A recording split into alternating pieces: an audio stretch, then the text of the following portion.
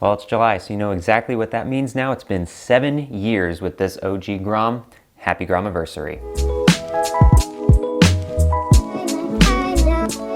For those of you that don't know, the Grom is kind of like my introduction into street riding, having only had dirt bikes before. At the time, I was looking for something that was like a small, fun, zippy commuter to get me to and from work that ideally wasn't a scooter. And lucky me, the Grom had just come out before I started looking for a bike, so once I discovered it and saw the ins and outs, the specs, a couple videos, I was all in, and still am to this day. Though I've had this bike for 7 years, this is only my third review video, and I guess I could call it an overview at this point, because I'm not really gonna get into the weeds with this one, but I highly recommend, if you haven't already, to check out my 5-year and 6-year review where I really get into the weeds with this, with anything you could possibly think about with this bike, maintenance, longevity, potential issues, all of that good stuff. Highly recommend checking that out. I will link one of them right there in that corner and down below. Starting off this 7-year review, I think it best to actually look back at my 6-year review and see where I left off and what happened since then. But first, as you can probably tell, it looks a bit different than the last video. So the old Grom here has had several appearance changes over my many years of ownership. This was originally red, that's how I bought it from the dealer,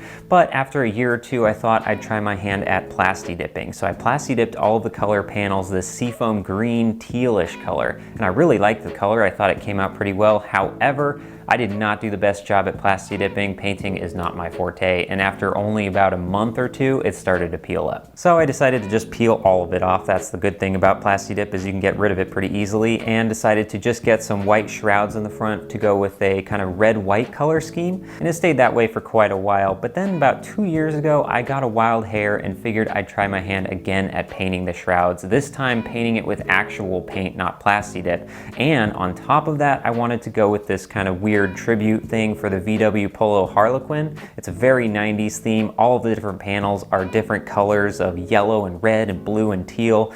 And in my head, I thought this was gonna look fantastic. And then the finished product was not that great, if I'm honest. I even made a video about this, but I did not release it. It's unlisted on the channel somewhere. If you really scour through maybe some of the playlists, you can find it, but it just was not the way I envisioned it. So immediately, almost immediately, I went back to the red and white color scheme. I think the red and white color scheme is probably the best for this bike. Now we're in version 5.0, more or less, and again, red and white color scheme, but this time I just decided to add a little bit more white in the back to kind of balance things out, and add a rainbow, of course, because rainbows make me happy. All of my bikes have to have rainbows. Now that that's all out of the way, let's remind ourselves what I said was next for the Grom in my 6-year review. So what's next? I will have to put on the rear sets. I do still have that project. I do have a small, inkling that I really kind of have been toying with the idea of making the DHM Stage 2 that I have in here a DHM Stage 3, meaning I want to put a high comp piston in this. So did I actually do any of that stuff? Well, yes and no. As you can see, I did replace the rear sets. No more OG Grom rear sets. I have Monkey rear sets, and I think they look so much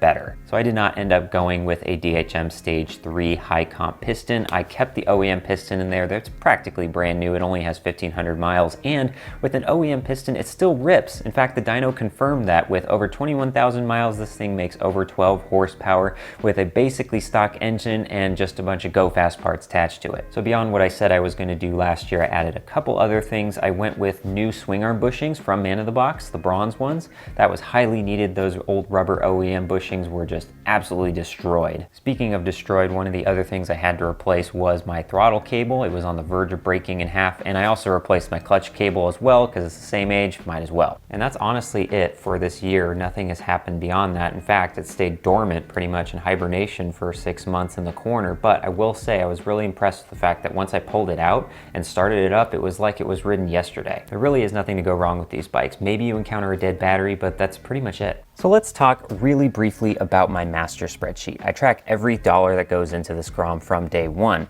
I'm not going to go into the details because I would urge you to instead look at my 6-year review. That's kind of where I go tab by tab and looking at every single dollar that I track and how I track it. I'll link that right up here. There's also a public version of this spreadsheet for viewing if you want to see even more in the description below. First, we'll touch on the parts list. Pretty easy because there's not that much there. Just the OEM clutch cable and throttle cables that I've already mentioned, and the bronze swing arm bushing, again, that I already mentioned, plus a couple small other things. Gas, not much to write home about, although the mileage is kind of pathetic. The last 2 years I haven't even broken 1,000 since 2021. Definitely need to fix that. Then we got insurance, registration, blah, blah, blah. Let's just talk about the total here. From 22 to 23, only change was about 250 bucks. That includes the registration, insurance, gas, everything. So not much to write home about. And ultimately my cost per mile is pretty much the same. It did go up a little bit, but that's because my mileage has been really sad lately. Again, we need to fix that. So looking forward from year 7 to year 8, is there anything that I have in mind for the Grom? And you might be surprised to figure out that